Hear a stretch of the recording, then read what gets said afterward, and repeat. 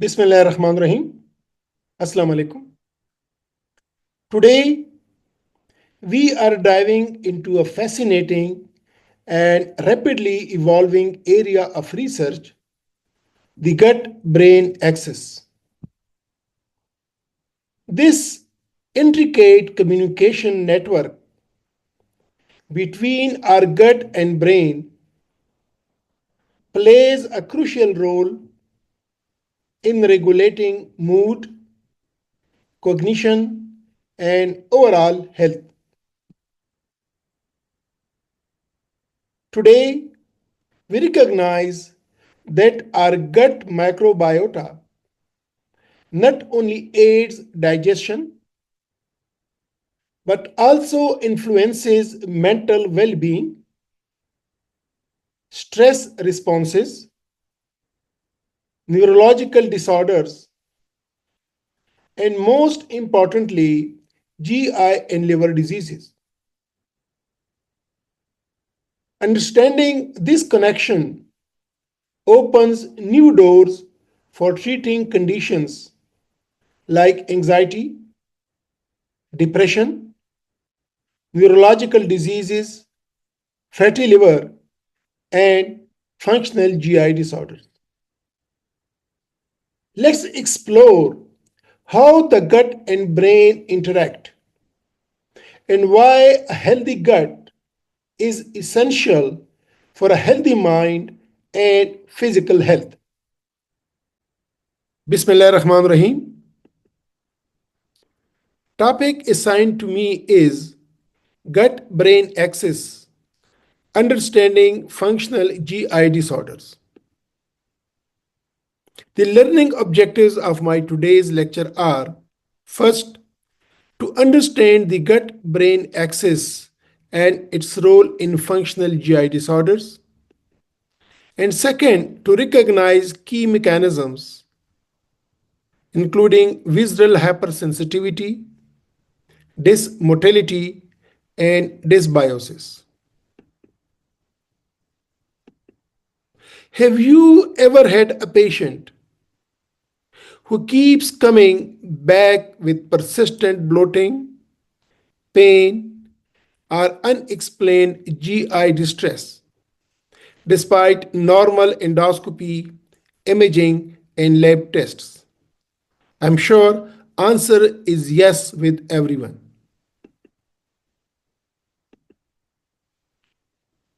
Have you ever thought why functional GI disorders are more than just in the head? Every one of us harbors billions of microbiota in our GIT, starting from the stomach, duodenum, jejunum ileum, and colon. We know the gut remains in connection with the brain and other organs of the body through gut-brain axis, gut-heart axis, gut-brain endocrine axis, gut-lung axis, gut-liver axis, gut-pancreas axis, gut-bone axis, gut-muscle axis, gut-skin axis, gut-reproductive axis, gut-kidney axis, and gut-bladder axis. You name the organs in the body, and they are connected with the gut through neuronal pathways as well as through endocrine pathways. And thus, dysbiosis of gut microbiota results in different clinical manifestation depending upon the organ to which the gut is connected. Today, huge research is being conducted on the connections of these organs, the brain, heart, skin, kidney, bone, genitourinary, liver, adipose, and lungs with the gut to see how the altered gut microbiota leads to different clinical manifestations in these organs. And of course, the gut-brain axis has attracted a lot of research attention.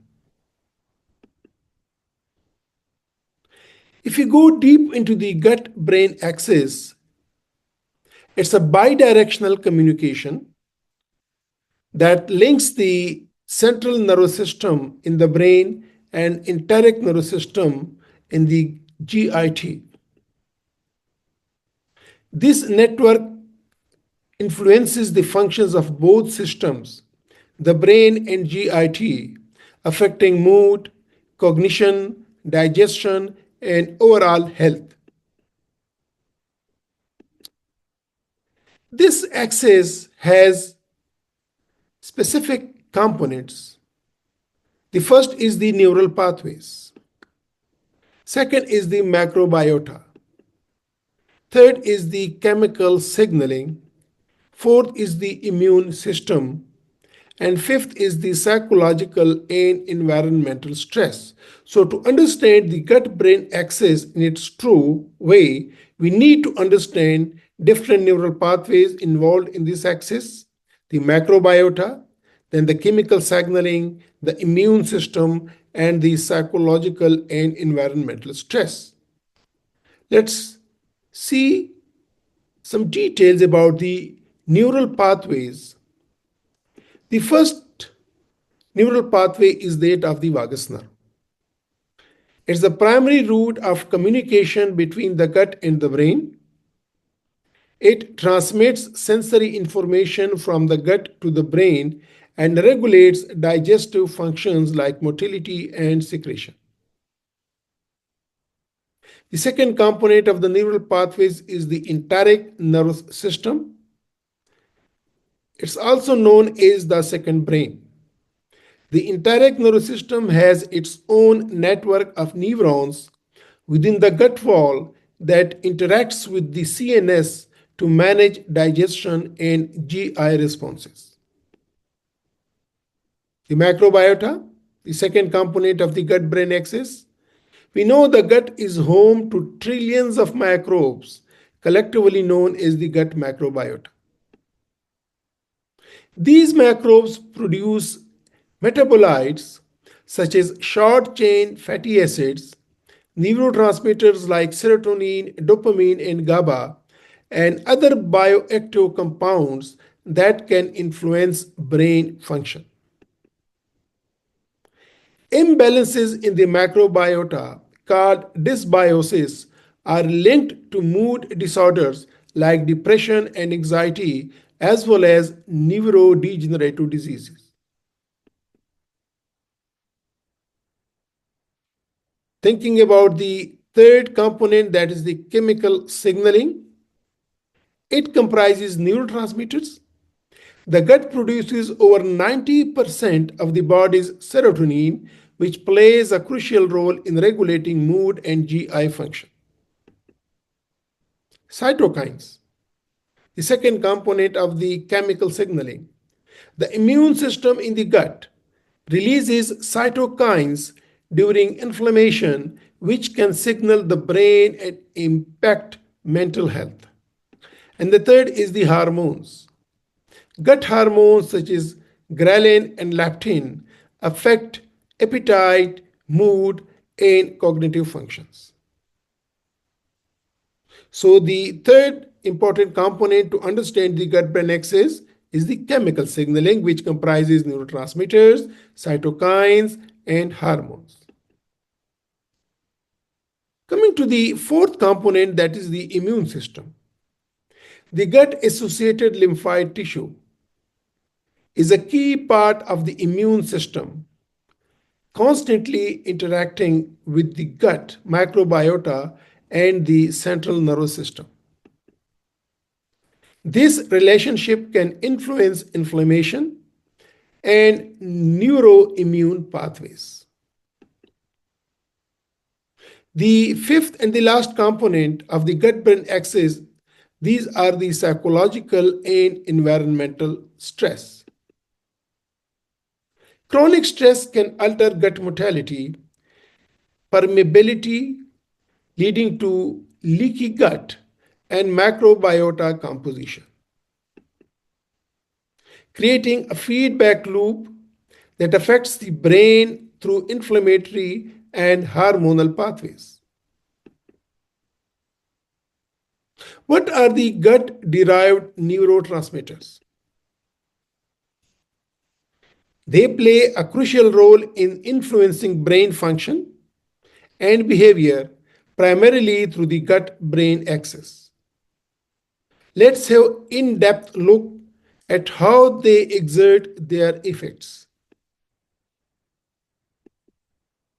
Different gut derived neurotransmitters include serotonin, gamma aminobutyric acid or GABA, dopamine, acetylcholine, norepinephrine and epinephrine, and histamine.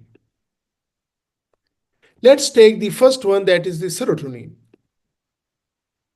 The gut contribution to the serotonin hormone of the body, approximately 90% of the body's serotonin is produced in the gut by enterochromaffin cells, which are influenced by gut bacteria, lactobacillus and bifidobacterium. Functions of the serotonin in the brain include it regulates mood, emotion, and cognition. And the low serotonin levels are associated with depression and anxiety. We know that. The mechanisms, how it impacts, how it influences the brain. It's through vagus nerve. Serotonin signaling from the gut can influence brain activity through vagal pathways. Then the tryptophan availability. Gut microbiota regulate tryptophan, which is a serotonin precursor, impacting its transport to the brain. Coming to the second neurotransmitter, that is the GABA. The gut contribution to the GABA amount in the body. Certain bacteria such as lactobacillus and bifidobacterium produce GABA, the brain's primary inhibitory neurotransmitter. We know that. Functions of the GABA in the brain is it reduces stress and anxiety by calming neuronal activity. This is the main functions of the GABA. Dysregulation of GABA is linked to disorders like generalized anxiety disorder and depression. The mechanisms of the GABA effect on the brain. The GABA producing bacteria can modulate the gut environment, indirectly affecting the HPA axis and stress response. The third neurotransmitter is dopamine. The gut contribution. Gut microbes synthesize dopamine precursors like tyrosine and phenylalanine, and thus they contribute to the amount of dopamine in the body. Functions of dopamine in the brain. It controls reward, motivation, and motor function.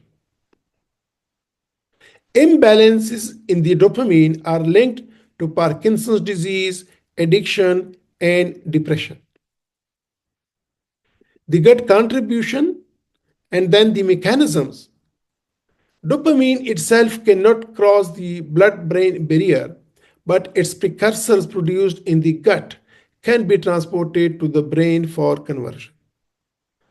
And how the gut contributes to the function of the dopamine is through this mechanism. Coming to the fourth neurotransmitter, that is the acetylcholine. The gut contribution. Some gut microbes can produce acetylcholine, a neurotransmitter essential for memory, learning, and attention. What are its functions in the brain? We see when there is deficiency in acetylcholine is associated with Alzheimer's disease and cognitive decline. So this is important for the cognitions and the memory of the body. Mechanisms: acetylcholine signaling from the gut influences vagus nerve activity and modulates inflammation. The next neurotransmitter, norepinephrine and epinephrine. The gut contribution.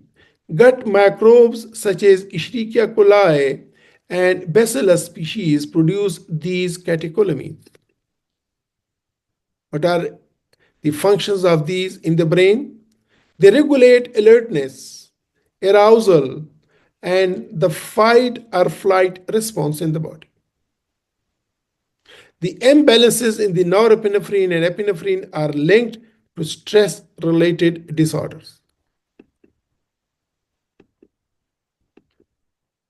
These neurotransmitters can directly affect gut motility and indirectly modulate brain activity through immune and hormonal pathways. The last neurotransmitter, the histamine. Certain gut bacteria like lactobacillus produce histamine. Functions in the brain of the histamine: it regulates sleep-wake cycles, appetite, and attention. The overproduction of histamine in the gut can lead to inflammation and is linked to stress and anxiety. So the different neurotransmitters, they are produced by different bacteria, is shown here, like GABA by the lactobacillus and bifidobacterium, serotonin by this streptococcus, enterococcus, and all others, acetylcholine by the bacillus, the dopamine by the lactobacillus serratia, the norepinephrine again by the lactobacillus, and histamine by the Klebsiella and others. So this is important that these bacteria, which are the members of the gut microbiota, they different bacteria, they are producing directly or indirectly contributing to the concentration of different neurotransmitters in the brain. So today we know that the gut-brain axis, it's a bidirectional, and it's associated with the psychological manifestations like anxiety, depression, major life events, maladaptive cognitions, trauma history, social support, and coping. The neurological, like visceral hypersensitivity with altered threshold for pain, central sensitization syndrome, and the GIT, sensitizing medical illnesses, infection, altered mortality, change in the microbiome, and dysregulation of the gut-brain axis. FGIDs, functional GI disorders, now they are called diseases associated with the gut-brain interaction. So these are the disorders of gut-brain interaction. This is the new names for the FGID, and this is to highlight that the gut-brain interaction, when there's imbalance, they leads to these sorts of disorders. They affect 40% of the global population, and these include IBS, functional dyspepsia, functional constipation, and many more. They are not psychosomatic disorders. Today we know they result from visceral hypersensitivity, means altered pain perception, gut dysmotility leading to abnormal contractions of the gut, dysbiosis means microbiome imbalance, and neuroimmune dysfunctions leading to and because of chronic low-grade inflammation. And we know there's a Rome criteria for all these disorders of the gut-brain interactions, starting from the esophageal disorders, which comprises functional chest pain, functional heartburn, reflex hypersensitivity, globus feeling, and functional dysphagia, then the gallbladder and disorders comprising biliary pain, functional gallbladder disorder, functional biliary sphincteraphoid disorders, functional pancreatic sphincteraphoid disorders, then the centrally mediated disorders of the abdominal pain, the centrally mediated abdominal pain syndrome, and the narcotic bowel syndrome, the GI gastroduodenal disorders, functional dyspepsia, belching disorders, nausea and vomiting, rumination syndrome, then the bowel disorders, irritable bowel syndrome, functional constipation, the functional diarrhea, functional abdominal bloating, unspecified functional bowel, opioid induced constipation, and of course, the anorectal disorders, fecal incontinence, functional anorectal pain, and the functional defecation disorder. So, all these disorders, starting from the esophagus to the anorectal area, and they all are in one way are related, another way related to the gut brain interaction, and the macrobiota imbalance or dysbiosis is the main cause at the background or as a mechanism to all these diseases. So we know that the uh, DGBI, that is the disorders of the gut-brain interaction, formerly called functional GI disorders, they are not the perception. They don't lie in the brain or the thoughts. They have got no specific physiological mechanisms, physiological reasons for them, for these to be present. And addressing these physiological mechanisms can lead to relief from these diseases. With this, I end my presentation. Once again, thank you very much for inviting me to this symposium. Unfortunately, because of my some personal commitments here in Peshawar, I couldn't come physically, but I'm sure that I have been able to explain that how the gut-brain connection, the axis, can lead to different clinical manifestations. Formerly called, this was called functional GI disorders, but now this is called disorders of the gut-brain interaction.